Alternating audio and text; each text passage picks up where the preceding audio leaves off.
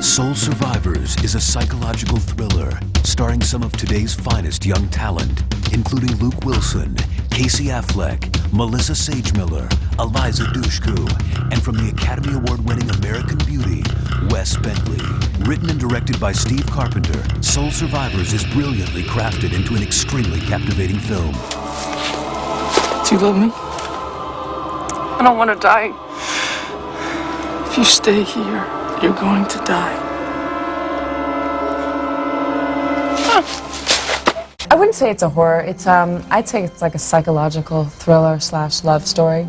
Film newcomer Melissa Sagemiller stars as Cassie. I play Cassie, who's a young girl of 19 about to embark on her journey into adulthood, going to college, leaving home for the first time. She gets in a car accident. What happens is she survives. She gets thrown into this sort of alter dream reality where she's sort of confused as to what is really happening to her, reality versus dream versus nightmare. Casey Affleck portrays Cassie's love interest, Sean. She feels guilty because I die. I'm the only one that dies in the car. Everyone else lives, and she feels like she betrayed me just before I died, and she didn't get to say that she loved me and all this stuff. Wes Bentley plays Matt, Cassie's former boyfriend. Matt's a real smartass. He's a what do you say? Matt doesn't have a lot of confidence in himself and who he is. He's a really smart guy. He had a chance to go to Harvard. I don't know if he's book smart. I don't even know if he likes to be smart. But the thing is, he's got a real passion, but is never really able to be a fully honest person. And he's definitely still hung up on Cassie, Melissa's character. Eliza Dushku is Annabelle, Cassie's best friend. The story is about the four of us, and you know, I'm dating so-and-so and she's dating so-and-so, and it's this strange like circle of friends. We've been friends for a long time, so each of us have had different relationships with each other. Annie. Luke Wilson co-stars his father Jude, a local priest whose spiritual guidance helps Cassie. My character Jude is a man of like few words.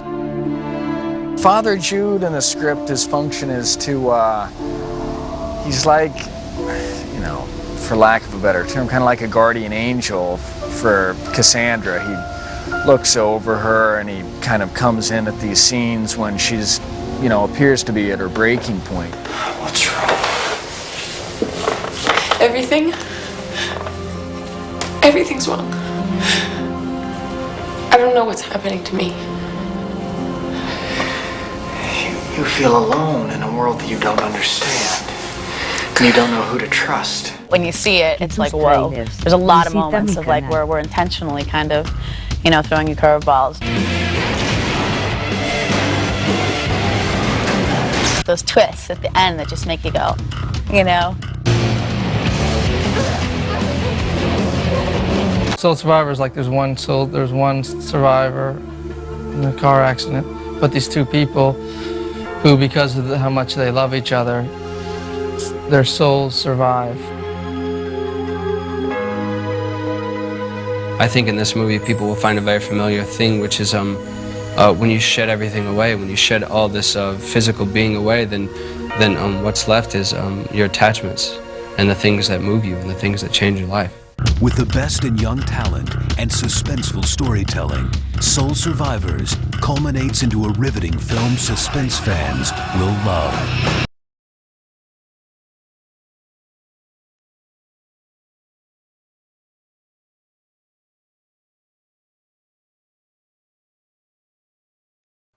Not yet. You're good. I'm Mike Raftery. I'm a media studies major, and I'm here at the Hall of Justice in Seattle, Washington, to interview Harvey Danger about their participation in Soul Survivors.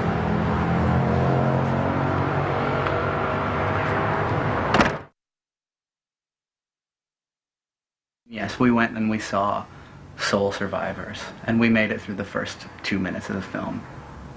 The first minute, and then the second minute, which had our song in it, and then we were pretty much out of there. Yeah, it's a 64-second film, essentially, with some other stuff. With some padding.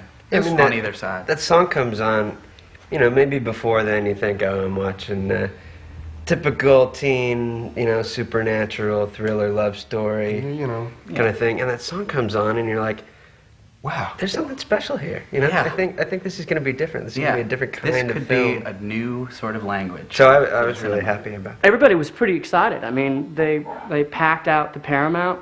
They showed it was a big theater here in Seattle, and they had the premiere there, and all the guys were really excited about it, and they invited everybody, and all the local press was there. It was just packed, you know, and they were talking it up like they were, you know, the big stars of this film. And the film starts, and their song is on there, and then about 45 seconds of it, and then silence sort of fell over the theater as this film sort of continued to go on. This excitement sort of faded into this really edgy uncomfortableness. Well, when the song ends, the movie ends. I mean, as far as I'm concerned. Yeah. That's not where the movie ends. But I never felt like we really sort of captured the kind of full extent of what this band is about.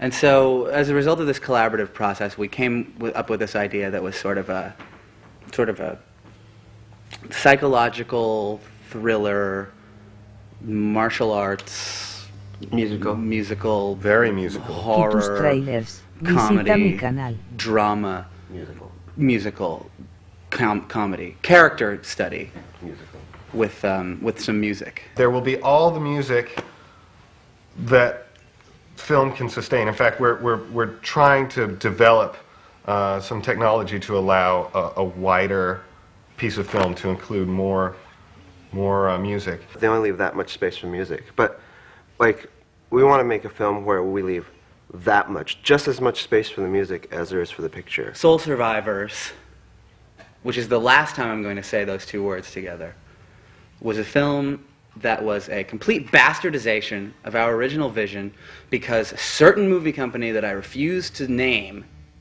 decided that they owned the rights because of some contract that was signed by some band called Harvey Danger that we are in. You know, the scene really supported Harvey Danger coming up. The local musicians and the booking agents, the press, nothing but supportive. And Harvey Danger just turned on them. We were on MTV. Thank you. So I think we know a thing or two about what it is to make films. So I was interviewed by Carson Daly. On the beach. On the beach in New Jersey. So I think we know a little bit more about movie making than some movie studio in Hollywood. They just completely lost touch, and it was obvious to me and to everyone involved close to them that they just had a tune in the film, you know. But try and tell them that, you know, try and like say anything to Sean Nelson. He was like a different guy. He was certainly not the guy I fell in love with.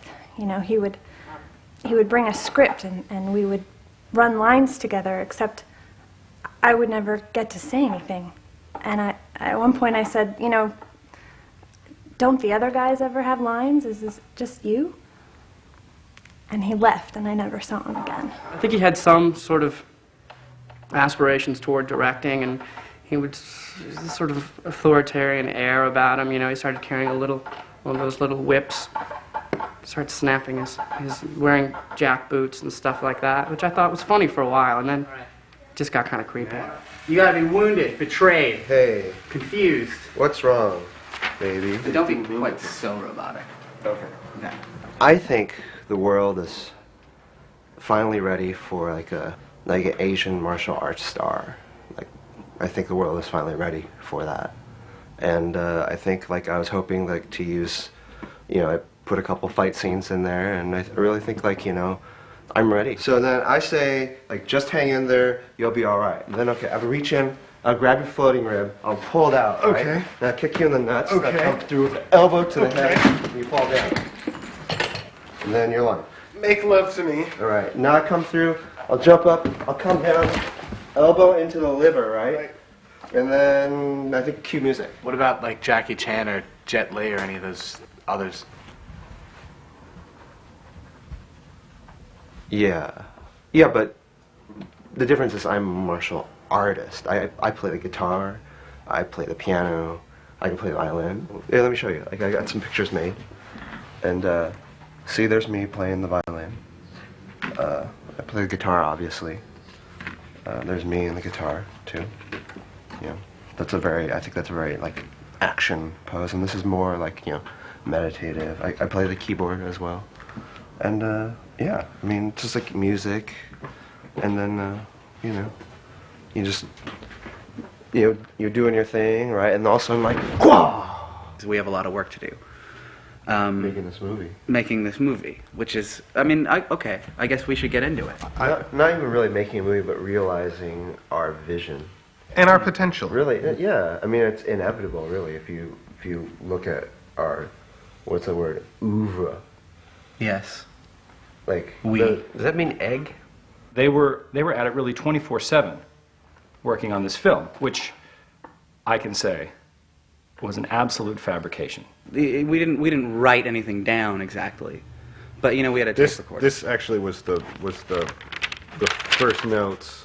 This is where the notes were supposed to go. This is really the germ of the movie. Yeah, that's more of an outline of a note. Well, I mean, all the details aren't here. Right. And, well, I mean, you can't get it all done in a weekend. No, but really, just having the pad around was inspiring. Yeah.